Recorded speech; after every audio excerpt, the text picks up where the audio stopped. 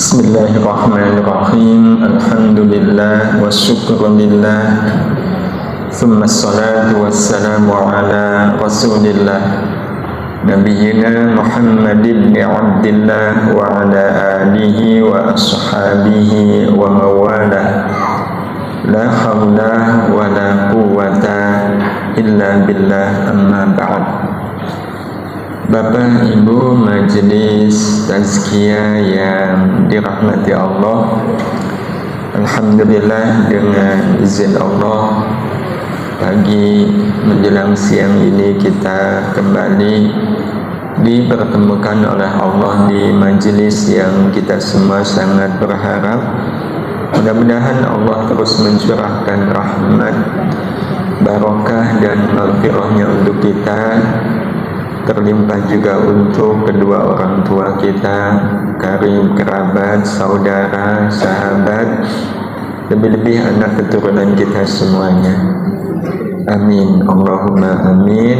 Dan mudah-mudahan lewat majelis ini pula kita diberi kemudahan oleh Allah Subhanahu wa ta'ala untuk bisa mengubah diri kita, mengubah menjadi lebih baik. Maka tema ini yang memang menjadi bahasan kita, bagaimana kita mengubah hidup dengan menghidupkan perubahan. Dan memang sebenarnya antara hidup dan perubahan itu tidak bisa dipisahkan. Kenapa tidak bisa dipisahkan? Karena berubah adalah ciri utama makhluk hidup. Ciri utama makhluk hidup adalah berubah. Berarti hidup itu harus berubah. Dan agar hidup ini harus berubah, maka perubahan harus hidup. Karena ada orang yang perubahannya tidak hidup. Tidak hidup itu dari dulu sampai sekarang, segitu-gitunya. Nah, maka inilah yang kita bahas. Karena jangan-jangan kita tidak berubah itu karena perubahannya tidak hidup. Karena memang berubah itu ciri utama makhluk hidup. Ya siapa aja yang hidup, baik tumbuhan, binatang, ya termasuk kita. Cuma perubahan kita dengan binatang kan tidak sama. Kalau binatang yang paling ditunggu perubahannya apa, Ibu? Waktu lahir kambing beratnya 6 kilo, sebulan jadi 10 kilo, setahun jadi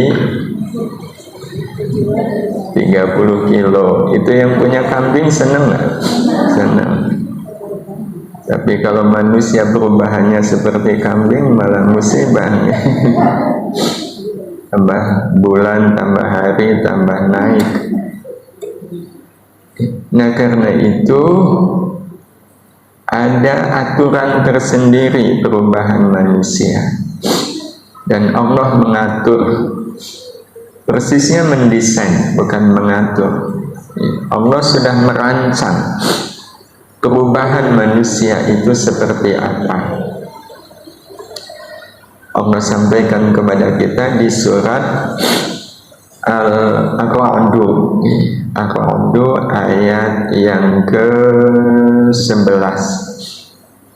Allah Subhanahu wa ta'ala di bagian akhirnya, kalau di bagian awalnya Allah menyampaikan lahu mu'aqibatun min baini yadayhi wa min khalfihi. Nah, di akhirnya di ujung ayat Allah mengatakan innallaha la yughayyiru ma biqaumin hatta yughayyiru ma bi anfusihim. Wonten dalem kosong Pak. Wonten rancang menika. Wonten baik alhamdulillah. Iya, saya nambah teman juga seneng ya. Bapak Ibu yang dirahmati Allah, jadi ini ayat yang berisi panduan bagaimana kita mengubah diri kita. Ya, panduannya berbunyi, innallaha, sesungguhnya Allah itu la yughayyiru, tidak akan mengubah ma, apa saja, biqaumin, yang ada dalam satu kaum. Ya, kaum ini bisa pribadi kita. Allah tidak akan mengubah keadaan kita hatta yughayyiru, sehingga kita mengubah ma, apa saja, bi anfusihim, yang ada pada diri mereka. Jadi kalau berdasar ayat ini, yang mengubah itu Allah yang mengubah kita. Tapi Allah tidak akan mengubah kita sampai kita lebih dahulu mengubah ma bi anfusihim, mengubah apa yang ada pada diri kita. Mengubah apa yang ada pada diri kita. Dan mengubah apa yang ada pada diri ini wujudnya apa? Pertama, mengubah akal. Akal katanya menjadi pusat pikiran. Maka orang hanya akan berubah kalau pikirannya berubah. Apa yang orang sebut sebagai mindset. Orang kalau mindsetnya nggak berubah, ya tidak akan dia berubah. Karena derajat seseorang itu akan sangat bergantung pada derajat pikirannya. Ada nggak orang yang usianya 40 tahun tapi pikirannya masih pikiran anak-anak? Ada. Ya. Nah, kan berarti pikirannya nggak berubah. Ya. Yang suka ngambek itu anak usia 4 tahun atau 40 tahun? Dua-duanya. Kalau 4 tahun ngambek ya emang namanya juga anak-anak. Tapi kalau 40 tahun masih ngambek, nah itu berarti pikirannya tidak berubah. Jadi akal ini yang pertama. Nah kedua, ma bi anfusihim, apa yang ada pada diri manusia adalah hati. Hatinya berubah. Hatinya berubah. Nah selain hati, nah yang ketiganya adalah jiwa. Jadi perubahan manusia itu pada akhirnya bergantung pada perubahan akalnya, hatinya, dan jiwanya. Nah soal perubahan akal, hati, dan jiwa, yang mengubah sekali lagi Allah. Tetapi kalau mengubah akal, hati, dan jiwa, itu kewenangannya diberikan kepada kita manusia. Allah memberikan kepada kita akal, tujuannya untuk memutuskan. Hati agar kita melakukan, jiwa ikhlas. Itu sebenarnya maksud dari Allah memberikan akal, hati, dan jiwa. Kita dihina orang, ini orang enaknya saya apakan. Itu mikirnya pakai apa? Akal. Ya, saya balas, saya musuhi, atau saya maafkan. Ya. Itu yang memutuskan siapa? Hati. Hati atau akal? Akal. Akal yang memutuskan, saya maafkan beliau. Nah waktu memaafkan itu pakai apa memaafkannya? Pakai hati. Ada nggak orang yang memaafkan tapi hatinya nggak mau memaafkan? Nah itu berarti akal dan hatinya belum satu frekuensi. Jadi kalau sudah diputuskan, hati melakukan, dan jiwa kemudian ikhlas. Ya udah, berarti akal, hati, dan jiwa kompak. Sehingga kalau beliau besok pulang lagi, ya udah diputuskan memaafkan, ikhlas memaafkan. Ngulang lagi, itu kan sangat tergantung pada bagaimana akal, hati, dan jiwa manusia. Nah, agar akal bisa memutuskan dengan tepat, akal harus punya ilmu. Nah, yang mengisi akal dengan ilmu siapa, Bapak Ibu? Kita. Ya, kitalah yang punya kewajiban mengisi akal dengan ilmu. Kalau hati diisi dengan apa? Diisi dengan iman. Yang membuat iman ada di dalam hati ya kita. Kita, seperti yang Allah sebutkan di surat Al-Hujurat ayat 14. Kalau ilmu itu di Al-Isra ayat 36. Wala taqfu ma laisa laka bihi ilm. Nah, kalau jiwa itu ikhlas. Nah, untuk ikhlas jiwa harus ihsan. Nah, perintah ihsan Allah sebutkan di surat Al-An'am ayat 162. Bapak Ibu yang dirahmati Allah, ini skema perubahan yang didesainkan oleh Allah untuk kita. Tinggal bagaimana kita mengubah diri kita sesuai dengan desain Allah, bukan desain karangan kita. Karena kalau kita ngarang perubahan pada diri kita, bisa jadi banyak sekali kekurangan-kekurangan yang akhirnya justru menjadi masalah. Dari skema ini, Bapak Ibu yang dirahmati Allah, kita jadi memahami kalau hidup adalah pendakian menuju puncak. Pendakiannya diawali dari ilmu, dilanjutkan dengan iman, dan kemudian puncaknya adalah ihsan. Ilmu berarti memahami yang Allah sukai dan tidak sukai dalam hidup. Jadi kita ngaji dimanapun sebenarnya tujuannya satu. Saya jadi tahu, saya jadi paham mana yang Allah suka dan mana yang Allah tidak suka. Itu ilmu. Nah, setelah dapat ilmu, naik ke tangga berikutnya yaitu iman. Yani melakukan yang Allah sukai dan meninggalkan yang Allah tidak sukai. Jadi kalau sudah tahu ya tinggal diamalkan. Dan mengamalkan itu berarti namanya iman.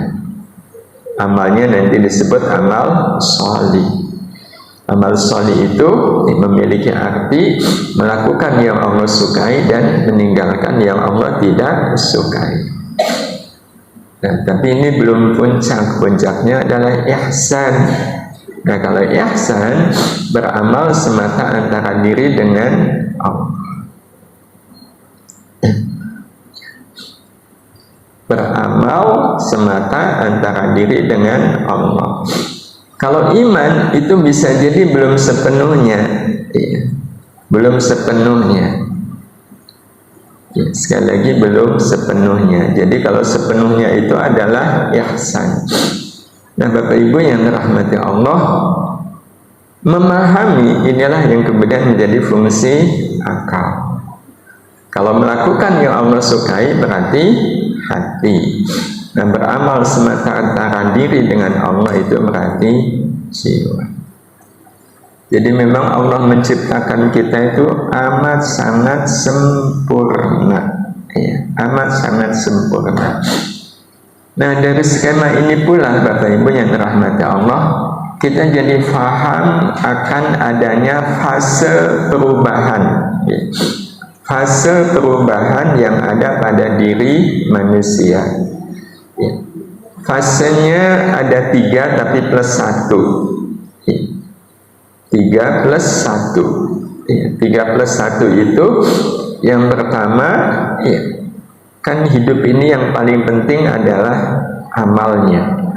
Orang hidup tidak akan mungkin tidak beramal. Jadi fase perubahan yang kita maksudkan adalah fase perubahan yang dilihat dari amal manusia, perbuatan manusia.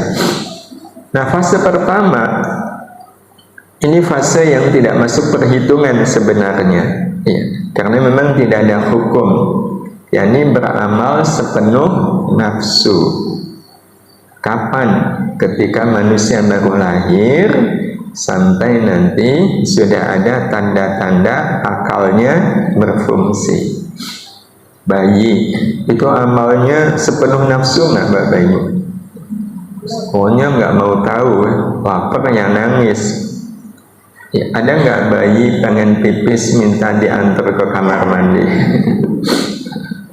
Itu kan nafsu, tapi memang itu sudah fase yang dirancang oleh Allah. Nggak ada masalah, nggak ada juga dosa bagi mereka. Nah, setelah lewat fase nafsu, sepenuh nafsu, mulailah manusia beramal sepenuh akal. Kalau dalam istilah fikih ada masa tamyiz, ya orangnya disebut mumayyiz, di mana anak sudah bisa membedakan mana baik, mana buruk. Usia berapa Bapak Ibu? 6 tahun, 7 tahun, itu kan sudah bisa membedakan. Nah, disitulah akal mulai berfungsi, yang tambah waktu, nanti tambah sempurna. Nah, nanti lewat itu, manusia mulai beramal sepenuh hati. Apa bedanya sepenuh akal dengan sepenuh hati? Kalau akal itu biasanya dasarnya untung rugi. Jadi kalau menguntungkan mau dilakukan, kalau tidak menguntungkan menurut akal tidak dilakukan. Mainan anak direbut adiknya, itu bagi si kakak itu kerugian nggak? Kerugian. Makanya si kakak apa ya tindakannya? Ambil lagi, karena dia merasa dirugikan. Itu berarti tanda akalnya berfungsi. Jadi orang yang beramal sepenuh akal itu ya, bicaranya soal untung rugi. Nah, beramal sepenuh akal ini sebenarnya akan tetap terus berjalan walau sudah masuk ke fase beramal sepenuh hati. Ya. Nah, cuma kalau sepenuh hati itu Bapak Ibu yang rahmati Allah, biasanya dasarnya apa Bapak Ibu? Dasarnya itu enak atau enggak enak, suka atau tidak suka. Nah, itu sepenuh hati. Jadi kalau suka ya saya lakukan, kalau enggak ya tidak saya lakukan. Berarti beramal sepenuh hati itu sudah ideal belum Bapak Ibu? Belum. Kalau kebetulan datang tamu yang baik ke kita, kita sambut dengan sepenuh hati. Tapi kalau tamu yang ngeselin, disambut dengan sepenuh akal. Ya mau gimana lagi, ya udahlah diterima. Jadi sepenuh hati intinya belum ideal. Nah, idealnya sepenuh jiwa. Dan ini memang rancangan Allah. Allah merancang dalam perjalanan hidup kita ada perubahan dari sepenuh nafsu ke sepenuh akal ke sepenuh hati, dan puncaknya sepenuh jiwa. Bapak Ibu, kalau berdasar umur kita fasenya fase mana ini Bapak Ibu? Fasenya sepenuh jiwa. Terus sudah sepenuh jiwa belum? Dan ini yang jadi masalah. Kalau ada orang yang harusnya kalau lihat umurnya amalnya harus sepenuh jiwa, tapi kok belum sepenuh jiwa, itu hukumnya jadi malik. Dia beramalnya sepenuh nafsu. Kan secara raga juga makin tua, raga itu jadi kembali kayak anak-anak. Ya, betul Bapak Ibu. Maka sama. Iya, sama. Jadi memang mau nggak mau, iya, siapapun harus punya orientasi perubahan sampai pada satu titik saya beramal, apapun amal saya lakukan dengan sepenuh jiwa. Sepenuh jiwa. Nah, untuk bisa beramal sepenuh jiwa, tentu yang harus kita kenali dulu adalah apa itu jiwa. Karena banyak orang yang tidak mengenal siapa jiwa, lebih kenal raga daripada jiwa. Buktinya kalau kita bercermin itu lebih sering melihat raga atau jiwa. Bahkan kalau saya tanya, Bapak Ibu sudah punya cermin untuk jiwa belum? Cermin untuk raga, ya. Tiap tembok ada. Padahal melihat jiwa itu lebih penting. Setidaknya kita mengenali siapa sih jiwa itu. Jiwa adalah sosok ukhrawi yang ada di dalam raga kita. Semua kita punya raga. Ya, badan kita ini kan raga. Nah, di dalam raga kita ini ada sosok bernama jiwa. Yang jiwa ini adalah sosok ukhrawi. Kenapa jiwa ini disebut sosok ukhrawi? Karena Allah Subhanahu wa Ta'ala mengambilkan jiwa untuk dimasukkan ke dalam raga. Ya. Itu Allah ambil dari akhirat. Seperti yang kita pahami, Allah menciptakan jiwa kita itu jauh sebelum Allah menciptakan raga. Allah ciptakan jiwa kita dan hidup di alam roh, di alam akhirat. Nah, atas kehendaknya jiwa yang sudah lama hidup di alam akhirat itu dimasukkan oleh Allah ke dalam raga waktu raga kita berusia 4 bulan dalam kandungan ibu. 5 bulan kemudian kita lahir dalam wujud raga yang di dalamnya ada jiwa. Jiwa dan raga ini tumbuh ya, sampai sekarang. Ya. Berarti di dalam raga kita ini ada jiwa. Terus untuk apa Allah menghadirkan jiwa untuk raga? Tujuannya adalah agar raga menjabat erat tangan jiwa menjalani hidup di alam dunia secara ukhrawi. Itu tujuan Allah menciptakan jiwa yang oleh Allah dimasukkan ke dalam raga, sehingga kita jalani hidup di alam dunia ini tapi dengan kualitas akhirat. Kenapa dengan kualitas akhirat?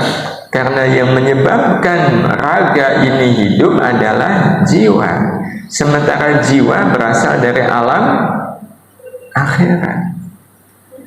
Maka wajar nggak Bapak Ibu kalau jiwa menginginkan raga hidup di alam dunia ini dengan kualitas akhirat, walaupun hidupnya di alam dunia.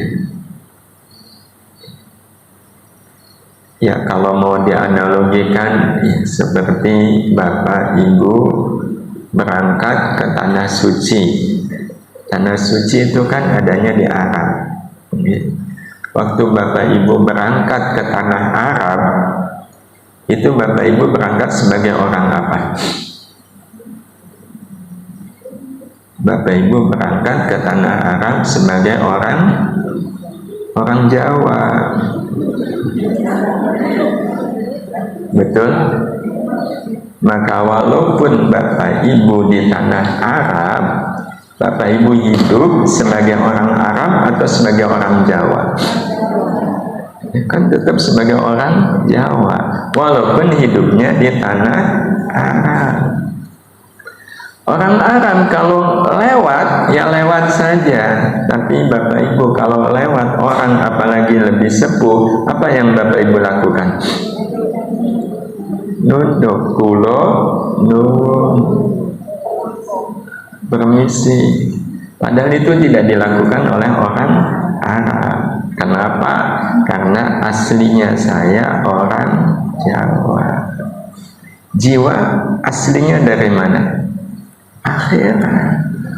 Maka memang wajar walau jiwa saat ini berada di alam dunia, jiwa ingin mengajak raga hidup, tapi hidup dengan kualitas akhirat. Sehingga, nah inilah maksud Allah menghadirkan jiwa untuk kita, menjadikan apapun yang ada dan terjadi dan dilakukan oleh raga kita selalu bermakna dan bernilai akhirat. Walaupun dilakukannya di dunia, tapi nilai dan maknanya tetap nilai dan makna akhirat. Mata bisa melihat ini karena apa, Bapak Ibu? Bisa melihat karena di dalam mata ini ada jiwa. Betul? Kalau jiwanya diambil, kira-kira mata bisa melihat? Enggak. Nah, karena mata ini bisa melihat karena adanya jiwa, maka secara otomatis mata hanya akan dipergunakan untuk melakukan aktivitas yang punya nilai akhirat. Ya, melihat deretan ayat-ayat suci Al-Quran yang tadi baru saja Bapak Ibu lakukan, itu kan menjadikan mata kita mata yang bernilai akhirat. Ingat dosa, apa yang kita lakukan? Nangis, betul? Bu, waktu Bapak Ibu nangis itu pakai mata atau pakai hidung? Kan pakai mata. Mata yang menangis karena ingat Allah, ingat dosa, taubat, itu berarti mata kita bernilai akhirat. Taubat pakai istighfar, istighfar pakai mulut, pakai lidah, berarti mulut dan lidah kita bernilai akhirat. Uang Bapak Ibu itu wujudnya dunia atau akhirat? Dunia. Tapi karena ada di tangan Bapak Ibu, uang itu bisa nggak bernilai akhirat? Bisa.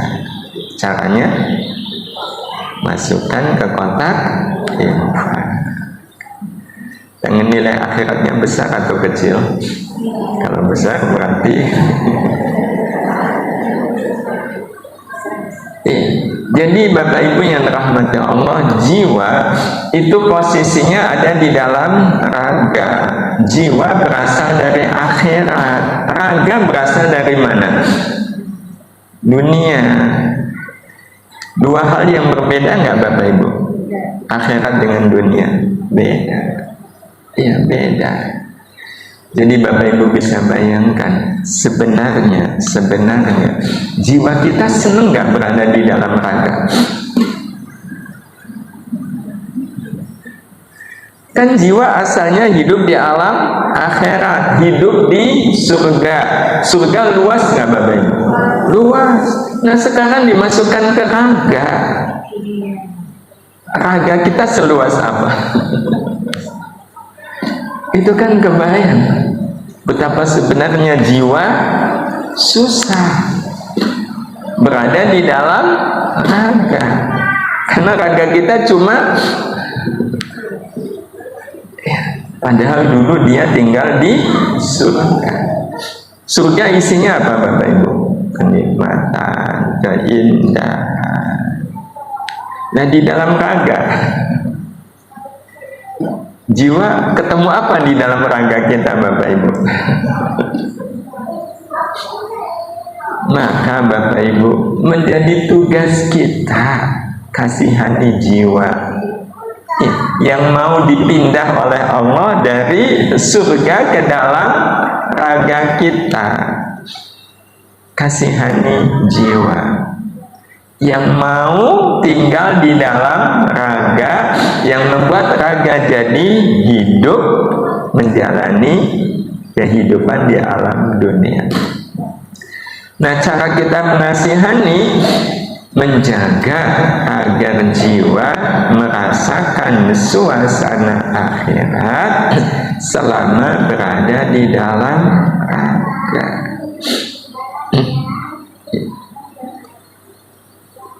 Menjaga agar jiwa merasakan suasana akhirat.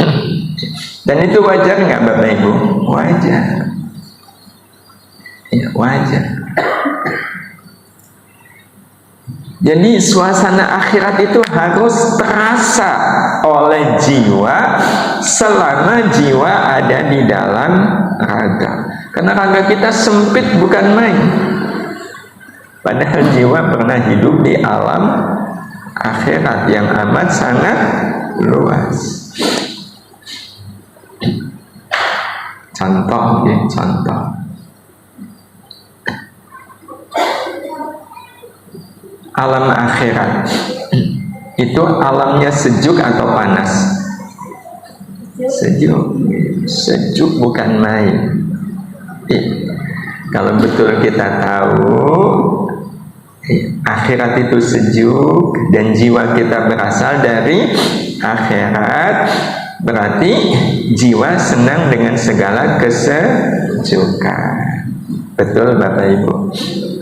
Kalau betul kita dihina orang, sejuk atau panas? Itu kalau sampai kita panas, tega betul sama jiwa. Itu waktu kita dihina panas, yang panas jiwa atau raga? Raga itu yang panas. Kan pengen mukul, pengen balas, itu kan raga. Bayangkan, udah raga sempit, jiwa panas, itu jiwa yang ada di dalam raga jadi kepanasan. Teganian deh. Udah jiwa bela-belain mau menemani raga hidup, sama raga dibuat tidak nyaman. Itu tugas kita. Berarti harusnya kalau kita dihina, kita tetap merasa sejuk. Wah, itu jiwa senang nggak Bapak Ibu? Senang. Bisa Bapak Ibu? Lah, hidup ini yang penting menjaga raga atau menjaga jiwa? Jiwa, raga. Kan jiwa dulu baru raga. Ya, dan ini memang sangat logis Bapak Ibu, sangat logis. Kalau mau dibuat gambarannya, Bapak Ibu kan sudah kampungan dalam, sudah punya rumah di Jogja, ya, sudah jadi orang Jogja. Tapi Bapak Ibu punya orang tua, masih punya orang tua. Ya. Kalau sudah nggak punya orang tua, ya bayangkan dulu waktu masih muda, masih punya orang tua. Tapi orang tua Bapak Ibu itu dari kecil sampai sepuhnya itu tinggal di daerah Dieng, di pegunungan puncaknya. Nah, suatu saat orang tua memberitahu, "Nak, Bapak Ibu pengen ke Jogja mengunjungi kamu. Insya Allah mungkin agak lama." Orang tua mau berkunjung ke kita, itu sebagai anak seneng nggak? Seneng sekali, apalagi beliau berkenan lama. Maka apa yang kemudian harus kita lakukan?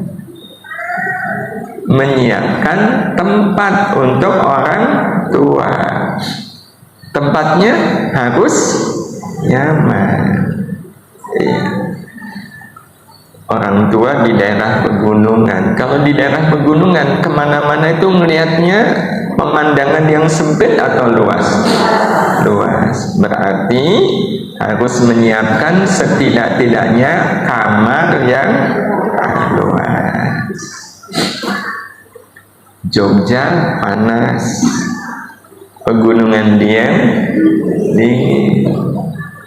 Berarti kamar yang kita siapkan untuk orang tua harus dipasang wajib. Walaupun kamar kita nggak pakai AC, tapi ini untuk orang tua harus pakai AC. Dan dinginnya harus sama dengan pegunungan Dieng. Betul? Apalagi Bapak Ibu, dindingnya dikasih wallpaper, gambar pegunungan.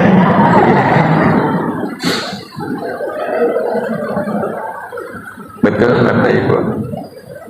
Setelah itu apa lagi? Disiapkan apa yang disukai orang tua. Ini orang tua bakal betah nggak? Betah. Kenapa betah? Karena walaupun di Jogja, tapi rasanya seperti ini. Ya. Apalagi kalau pas orang tua lagi keluar jalan-jalan, wallpapernya ganti. Iya. Nah, kalau untuk orang tua itu namanya boros nggak? Apalagi orang tua lebih boros nggak membesarkan kita? Boros banget membesarkan kita ini. Iya. Nah, jadi kapan lagi keluar ganti, kapan lagi keluar ganti. Itu orang tua seneng nggak tinggal di rumah kita? Senang sekali. Karena kita sudah merancang beliau di Jogja, tapi suasananya suasana dia. Betul Bapak Ibu? Yang kalau suatu saat orang tua kita pamit mau pulang, karena walau bagaimanapun kan rumah aslinya di dia, pastilah suatu saat pamit. Kira-kira pamitnya pamit baik-baik atau nggak baik-baik? Baik-baik. Ya, baik-baik. Nah Bapak Ibu, jiwa di dalam raga kita itu selamanya atau sementara? Sementara. Suatu saat beliau pulang nggak? Pulang. Aslinya hari ini beliau pengen pulang nggak? Kan bosen di dalam raga, apalagi kalau raganya raga tukang marah, tukang iri, tukang hasud. Iya. Tapi kalau kita rawat baik-baik jiwa, jadi walaupun di dalam raga suasananya suasana akhirat, kalau suatu saat jiwa dijemput, kan memang jiwa nggak bisa pulang sendiri ya. Suatu saat dijemput oleh malaikat maut. Kira-kira Bapak Ibu, jiwa akan pulang baik-baik atau tidak baik-baik? Pulang baik-baik. Iya, pulang baik-baik. Itu yang nanti disebut sebagai husnul khatimah. Ya seperti orang tua. Nah, Bapak Ibu sebenarnya betah sekali di rumah kamu, senang ya, karena walaupun di Jogja tapi tetap suasananya suasana dia. Tapi kan Bapak Ibu punya rumah di dia, jadi maaf Bapak Ibu nanti mau pulang. Kapan Bapak Ibu pulang? Insya Allah lusa. Kalau beliau ngasih tahu pulangnya lusa, Bapak Ibu punya kesempatan untuk apa? Beli bakpia, beli getuk, oleh-oleh. Betul? Bayangkan kalau orang tua pulang. Kapan Bu pulang? Sekarang. Mendadak. Dan kemungkinan orang tua pulang mendadak itu karena diapakan? Diapakan? Dikecewakan. Baru 3 hari AC-nya dicabut. Orang tua kan kepanasan. Nah, itu kok AC-nya mati? Yang Bu saya cabut. Kenapa dicabut? Nah, listriknya melonjak. Oh begitu tahu alasannya listriknya melonjak, orang tua pulang nggak? Pulang. Pakai pamit? Enggak. Nah kalau tiba-tiba orang tua pulang membawa apa? Kecewa. Bapak Ibu, besok pada saatnya jiwa pulang, Bapak Ibu pengennya jiwa pulang dengan tenang, bahagia atau kecewa?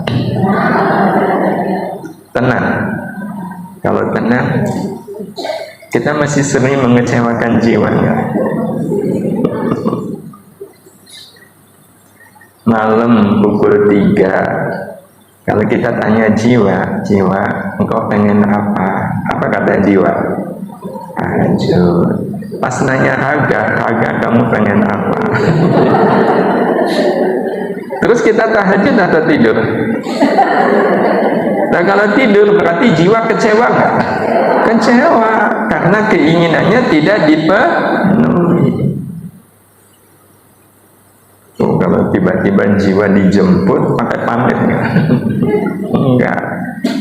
Betapa banyak orang yang tiba-tiba meninggal.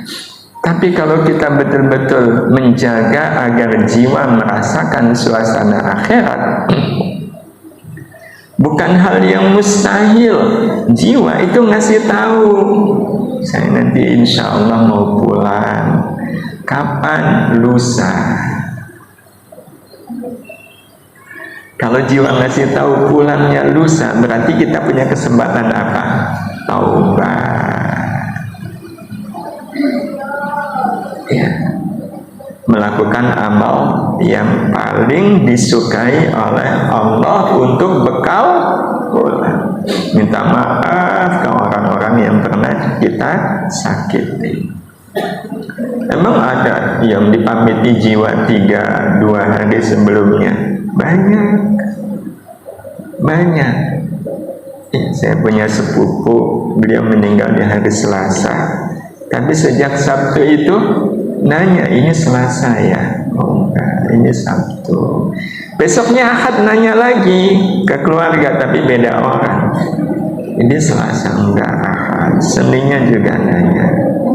Nah Selasa habis zuhur itu memang beliau sakit, dan keluarga nggak nyangka kalau sakitnya beliau menjadi sebab beliau pulang kembali, karena dikira sakitnya ya sakit yang nanti sembuh. Nah di hari Selasa zuhur itu beliau minta agar rumah dibersihkan, mau ada tamu kata beliau. Ya keluarga mengira tamu itu teman-temannya yang mau nengok, karena beliau anaknya baik sekali, meninggal di usia 23 tahun. Asar keluarga sholat di musola rumah, beliau juga sholat tapi sendirian di kamar karena beliau nggak bisa turun dari tempat tidur. Selesai sholat ada satu keluarga yang masuk ke kamar beliau sedekat gitu, tapi senyum. Tapi ketika diperhatikan ternyata beliau sudah meninggal, masih pakai ruku. Keluarga kan jadi berarti beliau sudah tahu kalau akan meninggal di hari Sabtu. Kan meninggalnya Selasa, tapi sudah tahu di hari Sabtu. Ya. Itu kalau kita selalu merasakan suasana, jiwa merasakan suasana akhirat selama berada di dalam neraka. Nah, berarti kalau begitu Bapak Ibu, apa yang harus kita lakukan agar nanti pada saatnya jiwa pulang dengan baik? Nah, maka ini yang harus kita lakukan, menjadikan jiwa teman hidupnya raga. Jadi kalau ada yang nanya, Bu, teman hidup Ibu siapa? Mulai hari ini jawabnya jiwa. Nah, betul nggak teman hidup? Betul, karena yang membuat raga hidup siapa? Jiwa. Berarti teman hidup yang sebenarnya adalah jiwa, bukan suami. Iya. Ya walaupun itu sudah jadi bahasa ya, suami istri itu teman hidup, tapi sejatinya teman hidupnya kita raga adalah jiwa. Nah kalau jiwa teman hidupnya raga, maka apa yang harus kita lakukan Bapak Ibu? Ya sebenarnya sama sih suami istri. Kalau pengen harmonis, pengen akur, apa yang harus dilakukan? Tahu apa yang menjadi kesukaan teman hidup. Nah, kalau teman hidup kita jiwa, dan inilah teman hidup hakiki. Teman hidup hakiki, teman hidup yang sesungguhnya. Berarti kita harus memahami keinginan ukhrawi jiwa terhadap raga. Kalau lihat umur Bapak Ibu, jiwa ada di dalam raga kita sudah berapa tahun? Puluhan tahun, sudah wajah-wajah puluhan semua. Pertanyaannya, kita sudah tahu belum Bapak Ibu apa yang menjadi keinginan jiwa terhadap raga?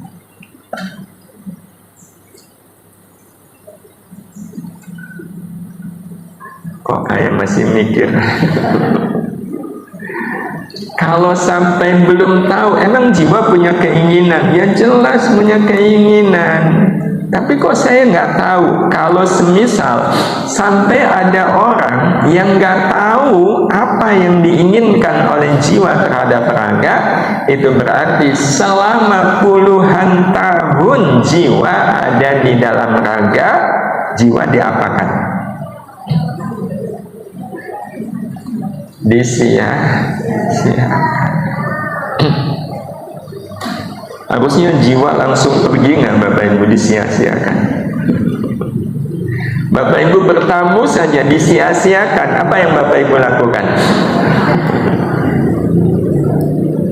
Kasihannya jiwa nggak bisa keluar dari raga.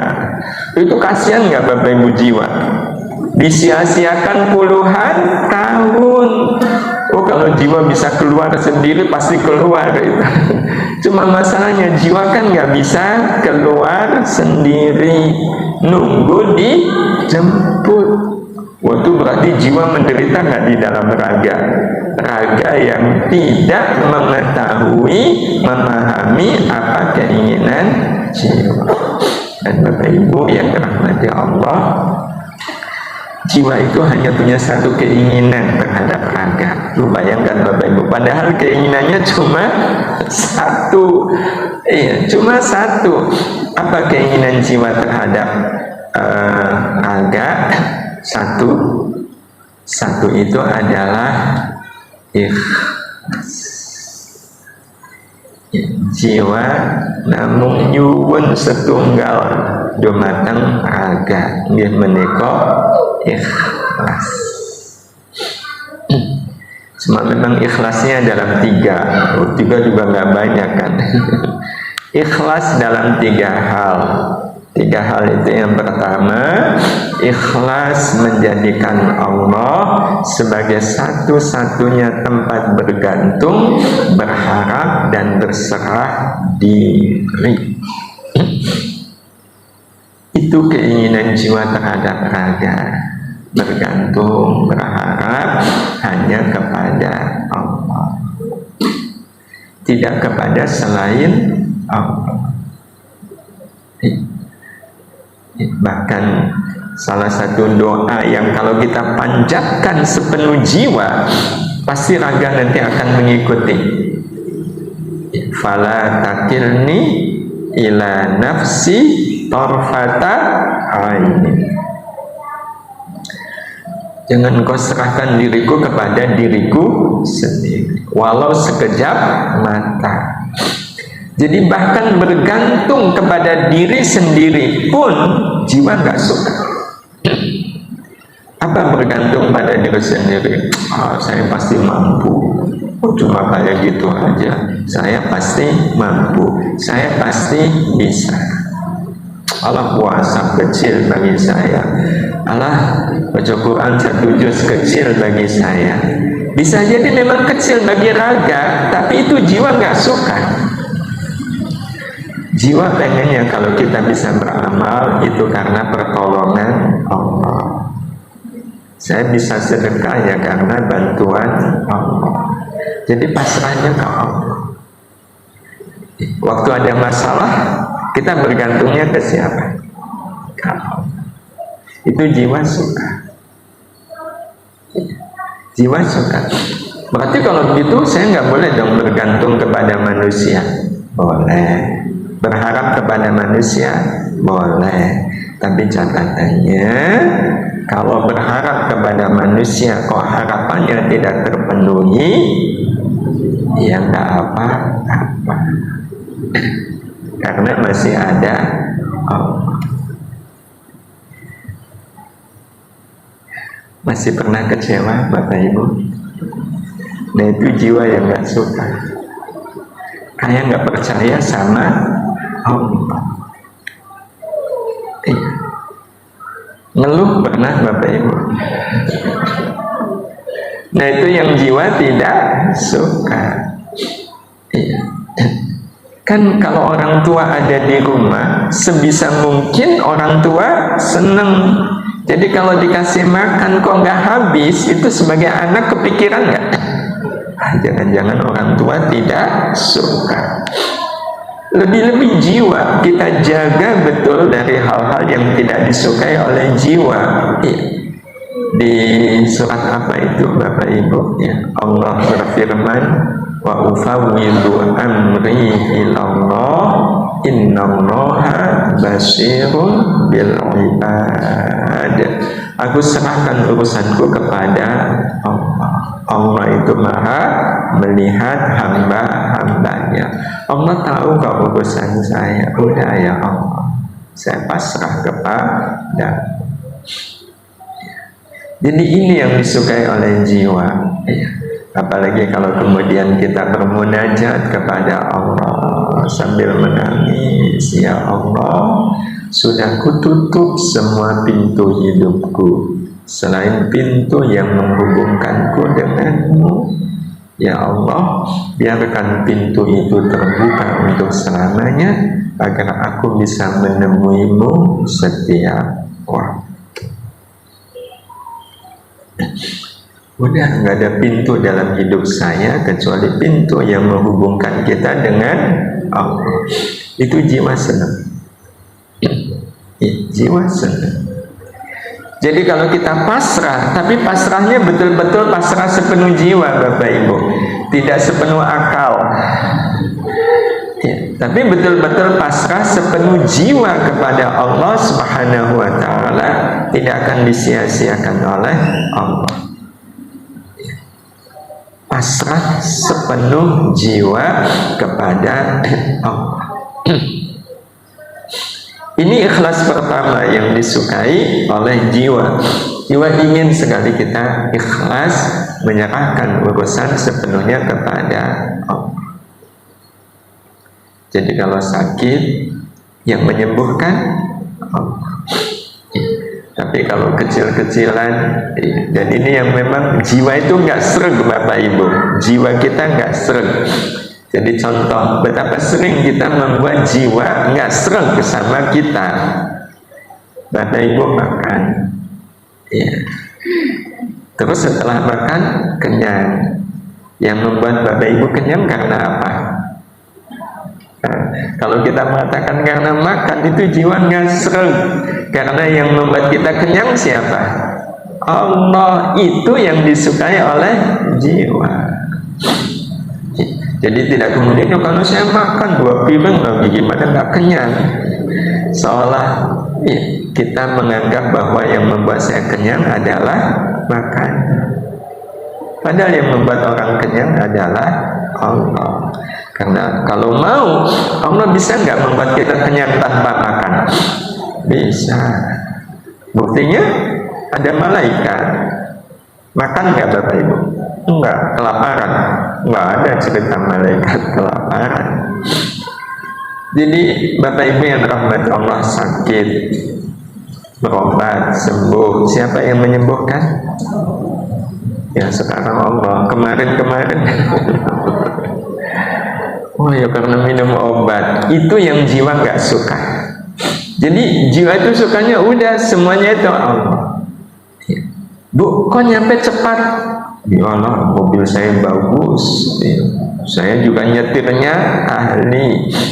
Seolah yang membuat kita sampai selamat cepat itu mobil kita. Padahal yang membuat kita sampai dengan cepat selamat itu siapa? Allah. kecil-kecilannya seperti itu, tapi kalau kecil sering terus-menerus, lama-lama kecewanya jiwa, iya, jadi menggunung. Nah, yang kedua, jiwa ingin kita itu ikhlas beramal semata karena dan untuk Allah. Ya. Tadi ayat wa ufawwidu amri ilallah, ya, yang tadi ini ada di surat Ghafir, ya. Surat Al-Ghafir ayat ke-44. Dan jadi yang kedua, ikhlas beramal semata karena dan untuk Allah. Seperti yang Allah sebutkan di surat Al-An'am ayat 162, Qul inna sholati wa nusuki wa mahyaya wa mamati lillahi rabbil alamin. Katakan, sesungguhnya salatku, ibadahku, hidupku dan matiku untuk Allah. Ya udah, apapun pokoknya untuk Allah. Walau kita berbuat baik ke orang, itu bukan untuk orang, tapi tetap untuk Allah. Berbuat baik ke orang, orangnya itu kepada orang, tapi untuknya bukan untuk orang, tapi untuk Allah. Bapak Ibu, kalau dua keikhlasan ini betul-betul menyatu, maka nah ini nanti ya, impact ya, pengaruhnya terhadap amal kita, apapun yang kita lakukan, yang dilakukan oleh raga tentunya selama hidup di dunia ini adalah semata untuk berserah diri kepada Allah. Jadi waktu kita ibadah itu wujud pasrah dirinya kita kepada Allah. Jadi waktu kita beramal itu kita sedang menyerahkan semuanya kepada Allah. Kita sedekah, itu sebenarnya kita sedang apa Bapak Ibu? Menyerahkan uang kita kepada Allah.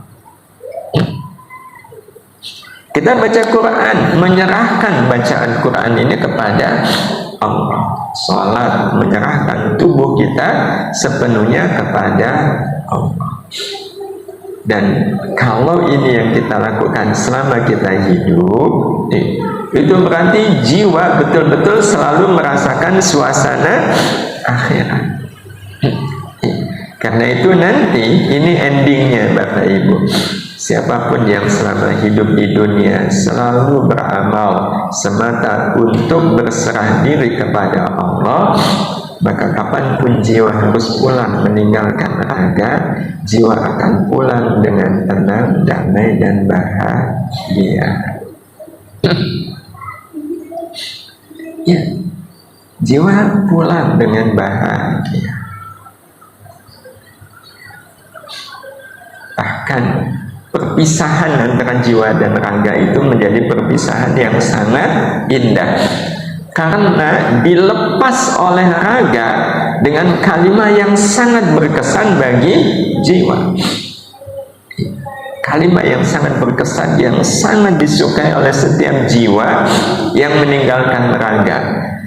Jadi sama persis kalau tadi orang tua mau pamit ke Dieng, kira-kira Bapak Ibu lepas dengan kalimat apa? Kalimat yang sangat berkesan kan bagi orang tua, yang membuat orang tua pulang itu senang dan bahagia. Mungkin nggak Pak Bu, ketika orang tua pamit pulang terus anaknya melepas dengan kalimat seperti ini, iya Ibu, Bapak terima kasih Bapak Ibu berkenan mengunjungi kami 16 hari. Ya walau saya hitung-hitung ternyata ada 15 jutaan ya Pak. Kalau anak melepas orang tua seperti itu, pulang orang tua membawa apa? Kecewa. Dan jangan sampai jiwa pulang membawa kekecewaan. Kasihan jiwa, pulangnya tertatih-tatih. Pastikan jiwa pulang dengan bahagia. Nah, Dan itu hanya akan terjadi kalau selama jiwa ada di dalam raga, jiwa betul-betul merasakan suasana akhirat. Karena apapun yang kita lakukan itu hanya untuk Allah. Tidak ada untuk apa dan siapa, itu nggak ada. Pokoknya semuanya untuk Allah. Berbuat baik ke tetangga ya untuk Allah. Sehingga kalau tetangga nggak baik sama kita, kecewa nggak? Kalau kecewa, jiwa jadinya kecewa. Ya. Bukti bahwa kita nggak kecewa, kalau tetangga membalas kebaikan kita dengan keburukan, justru kita lebih senang berbuat baik kepada beliau. Jiwa senangnya bukan main kalau kita bisa seperti itu. Dan lihat apa yang terjadi ketika memang jiwa harus meninggalkan raga. Kan jiwa meninggalkan raga dari mana? Dari telapak kaki naik ke atas sampai keluar dari ubun-ubun. Begitu jiwa pamit pulang, raga melepas dengan kalimat yang sangat disukai jiwa. Apa itu?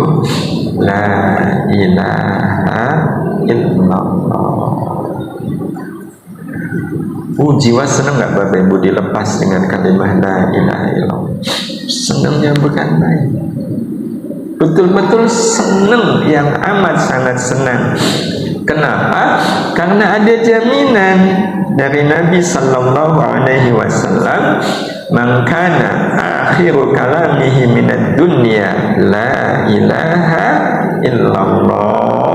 Barang siapa yang ucapan terakhirnya waktu di dunia adalah la ilaha illallah, apa kata Nabi?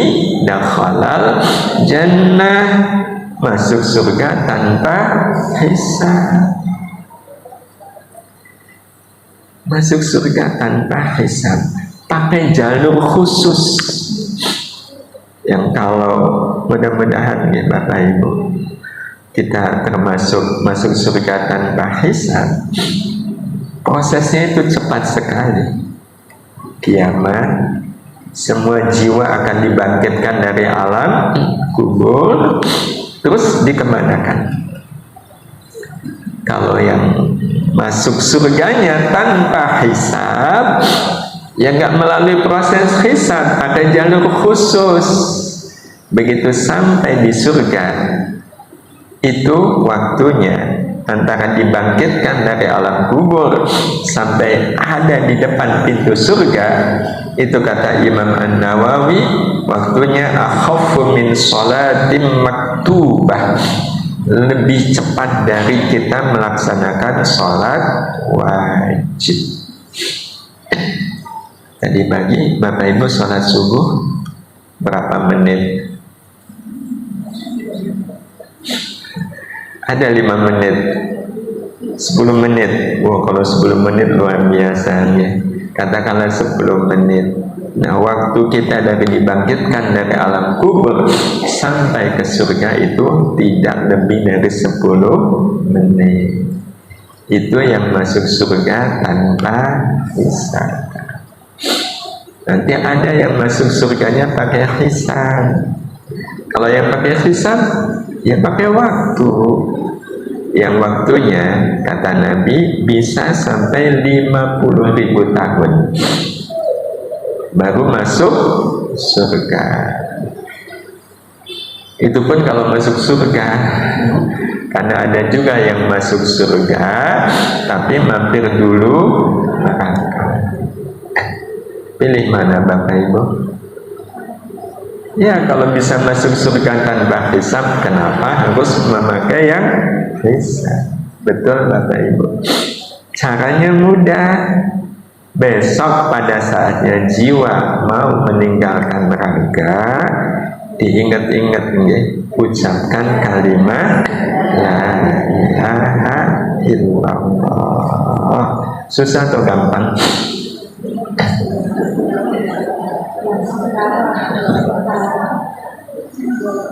Gampang selama jiwa ada di dalam raga.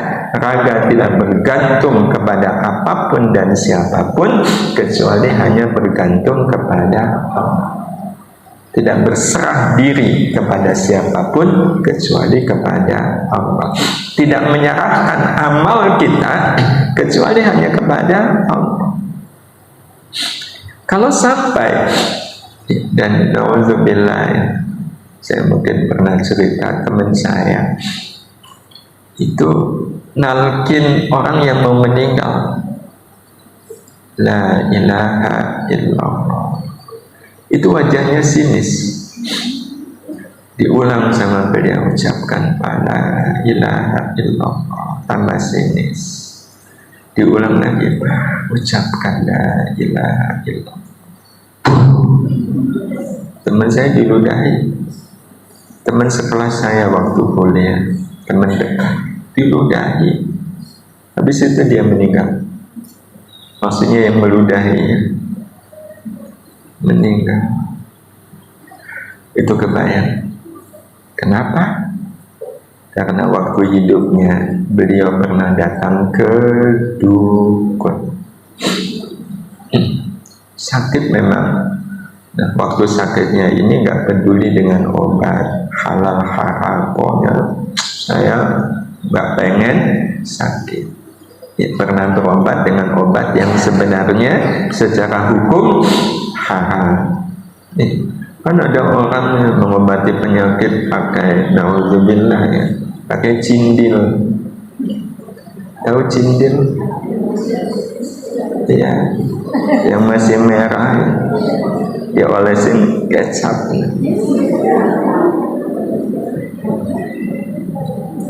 Ya, demi agar sakitnya sembuh. Wah, itu sudah nanti ajalnya berat sekali. Maka tidak ada pilihannya. Alhamdulillah, untung jiwa masih ada di dalam raga. Kesempatan baik kita untuk menjadikan jiwa kita nyaman di dalam raga. Nah, ikhlas yang ketiga terakhir Bapak Ibu, jiwa kita itu ingin sekali agar kita ikhlas melepas dunia demi mendapat akhirat yang lebih baik dalam segalanya. Kenapa? Karena jiwa itu tahu betul dunia ini nggak ada harganya. Jiwa tahu betul. Kenapa tahu? Karena jiwa pernah hidup di alam akhirat. Tahu betul sudut-sudut yang ada di alam akhirat. Jiwa yang sudah ngerti alam akhirat, yang Allah sendiri mengatakan walal akhiratu khairun laka minal ula, saat ini ada di dunia. Lihat dunia ini bagi jiwa seperti apa Bapak Ibu. Jadi kalau mau digambarkan, walaupun penggambaran ini enggak level, enggak apple to apple. Kalau ada orang yang tinggal dari daerah terpencil Bapak Ibu, yang kampung masjidnya juga cuma tembok yang enggak dilepok, lantainya cuma ubin, alasnya tikar yang sudah bolong-bolong, enggak ada langit-langitnya, yang kalau hujan bocor. Kalau beliau satu saat masuk ke Masjid Istiqomah, melihat Masjid Istiqomah ini rasanya seperti apa Bapak Ibu? Wah banget nih, lihat karpetnya, ya Allah, kok enak banget. Betul Bapak Ibu? Tapi sekarang bayangkan kalau yang masuk ke Masjid Istiqomah dari daerah yang sangat maju, yang masjidnya indah, karpetnya tebal, ornamennya juga, masuk ke Masjid Istiqomah melihat masjid ini kayak apa Bapak Ibu? Ya biasa. Dan jiwa persis seperti itu, karena dia pernah hidup di alam yang luar biasa. Betul Bapak Ibu? Maka jiwa pengennya ikhlas gak melepas dunia? Ikhlas. Ya, betul Bapak Ibu. Jadi kalau misalnya Bapak Ibu baru beli motor cash, karena memang uangnya ada, terus langsung dipakai pengajian, hilang. Ikhlas betul.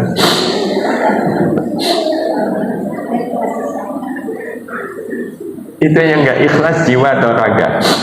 Oh, raga. Ya kotas. Kenapa hilang? Padahal kita kalau tanya jiwa, motornya hilang. Gimana jiwa? Apa kata jiwa? Alhamdulillah, inna lillah. Tapi habis itu alhamdulillah. Kenapa? Karena kalau motor hilang, kan hilang bukan maunya kita. Betul? Itu besok di akhirat ada hisab nggak motor itu? Ada hisab? Loh, baru beli dipakai ke pengajian hilang, hisabnya apa? Kalaupun hisab, ya Allah, sekali saya pakai buat pengajian, tapi hilang, tapi saya ikhlas ya Allah. Wah, itu malaikatnya langsung hormat nggak? Udah nih nggak jadi hisab nih, langsung aja masuk surga. Betul Bapak Ibu. Pak Bu, kalau motor hilang berarti kita punya kesempatan apa? Sabar. Betul? Mana yang lebih bernilai? Harga motor atau harga sabar?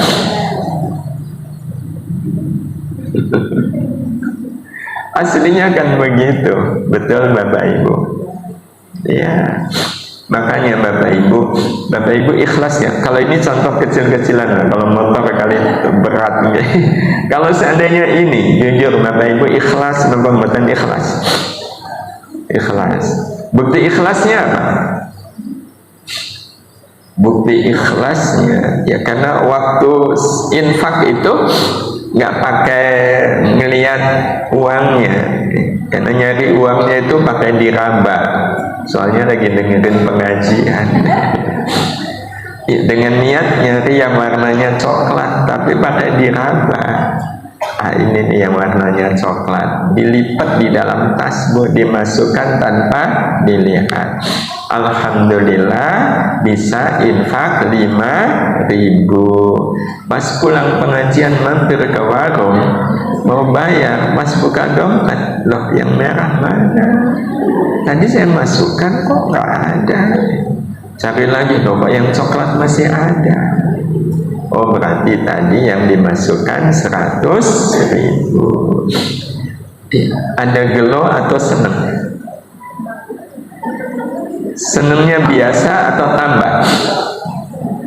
Kalau kita senang dan senangnya 20 kali lipat dari seandainya kalau infaknya 5.000, itu jiwa senang sekali. Jiwa senang sekali.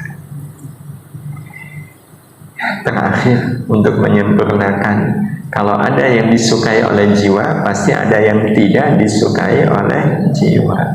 Ini juga yang harus kita perhatikan. Ada 3 yang tidak disukai oleh jiwa atas raga selama hidup di dunia. Apa itu? Yang pertama, dimeniko mengeluh dengan amal akhirat.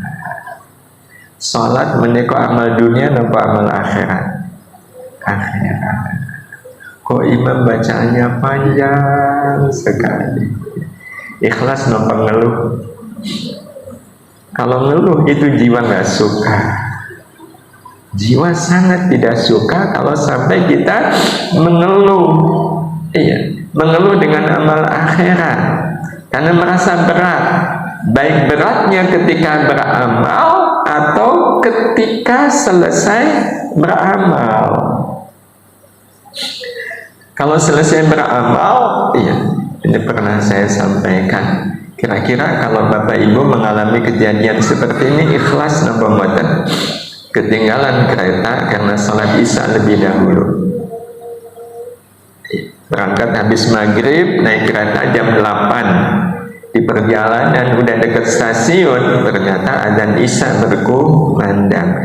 Lihat jam, masih mungkin sholat isya dulu. Itu ada masjid, mampir buat sholat isya. Ternyata sholat isyanya lama. Selesai sholat langsung ke stasiun dan betul ketinggalan. Ikhlas nggak ketinggalan kereta? Tiketnya harga 700.000. Kalau nggak ikhlas, Itu pasti kalau mau dinarasikan, narasinya gimana? Ini gara-gara mampir sholat. Coba kalau tadi nggak usah mampir dulu, kan sholat isya bisa nanti. Tahu gini, mana tiketnya 700.000.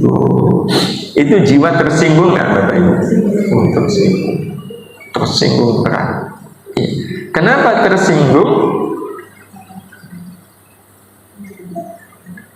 Karena raga lebih menghargai tiket daripada pertemuan dengan Allah. Karena jiwa senang nggak ketika diajak sholat? Senang. Wah, senang sekali. Gara-gara ketinggalan kereta diungkit. Bayangkan Bapak Ibu jadi tamu, pas waktu makan siang, Bapak Ibu diajak oleh tuan rumah makan siang keluar, mampir di warung rawon, dan rawon itu kesukaan Bapak Ibu. Seneng nggak Bapak Ibu? Makan lahap nggak? Lahap. Selesai tuan rumah bayar, selesai bayar, balik lagi kelihatan wajahnya berat.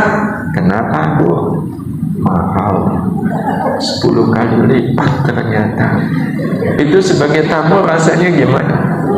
Apalagi belum bilang tahu gini, mendingan di warung yang lain lebih murah. Itu sebagai tamu tersinggung ya. Jiwa juga sama.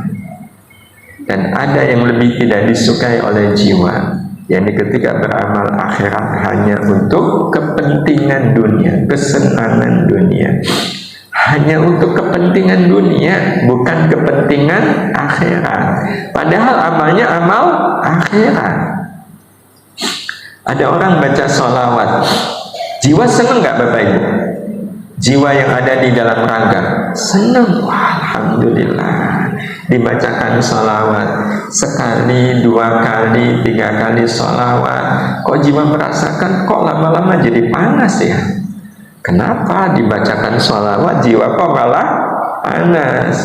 Selidik punya selidik, ternyata orang ini baca sholawat karena pas tadi pengajian dia lihat temennya pakai motor baru, dia iri. Terus ada yang bilang udah disolawatin aja, baca sholawat sehari 100 kali, nanti dapat itu motor. Berarti baca sholawatnya dasarnya iri dan pengen motor. Itu dunia atau akhirat? Ya wajar kalau jiwa kepanasan, karena jiwa nggak dapat apa-apa. Kan yang jiwa akan dapat itu kalau amal dunia, amal akhirat, tapi niatnya untuk akhirat. Niatnya untuk akhirat, bukan untuk dunia. Kalau Bapak Ibu pengen merasakan kecewanya jiwa karena kita melakukan amal akhirat tapi tujuannya kepentingan dunia, bayangkan tadi Bapak Ibu diajak tuan rumah makan siang di warung rawon. Bapak Ibu membayangkan enaknya makan rawon, betul? Wah, enak banget nih. Beliau pesan rawon, pesannya cuma 1 porsi, dimakan sendiri. Ibu bapak cuma ngeliat. Itu rasanya Bapak Ibu ngeliat beliau gimana Bapak Ibu? Itu jiwa kalau diperlakukan seperti ini, kecewa dan dia bisa marah. Nah, yang ketiga paling akhir, melakukan amal yang dibenci oleh jiwa, seperti dosa, maksiat, dan kesia-siaan. Karena bagi jiwa kalau raga sampai melakukan dosa, itu kayak ngantemin jiwa, babak belur jiwa kalau sampai raga melakukan dosa dan maksiat. Karena dosa dan maksiat itu tidak disukai oleh jiwa, tidak disukai oleh jiwa. Masih ada nggak orang yang suka ngerasani orang lain? Mudah-mudahan kita enggak ya. Karena kalau masih ngerasani orang lain, nauzubillah, kata Allah, orang yang ngerasani orang lain itu seperti makan daging saudaranya yang telah meninggal. Oh, itu berat sekali. Jadi orang ngerasani itu kalau digambarkan seperti bapak ibu jadi tamu, diajak makan oleh tuan rumah, makan di luar, cari warung, ternyata tuan rumah ngampirkan bapak ibu ke warung makan ini. Menu utamanya, itu rasanya bapak ibu seperti diapakan oleh orang ini. Kalau sebagai tamu bisa nggak langsung pergi? Bisa. Kalau tamu, ini masalahnya jiwa.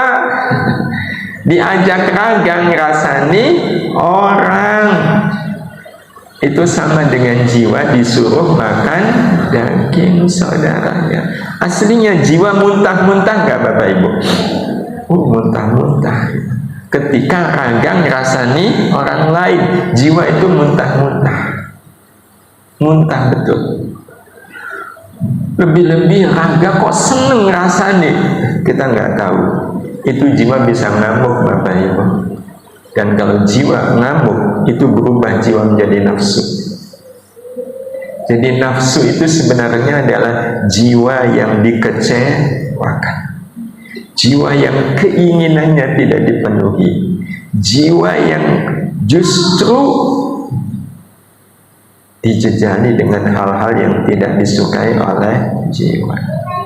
Alhasil, ini kesimpulan kita, mudah-mudahan mumpung jiwa masih ada di dalam raga, berbuat atau tidak berbuat semata memenuhi keinginan jiwa, bukan karena menuruti kehendak raga. Bukan. Raga mau ngomong, nanya dulu ke jiwa, jiwa kamu suka enggak kalau saya baca Quran? Apa kata jiwa? Ya senang saya. Tapi ini biar dipuji orang, apa kata jiwa? Jangan. Ini soalnya ditanya terus laporannya, jangan. Ya udah, laporan itu mah hukum dunia aja, ya nggak ada urusan. Tetap waktu saya baca ini untuk Allah, untuk akhirat. Dan itu jiwa amat sangat senang. Dan ya Allah wa iyyakum.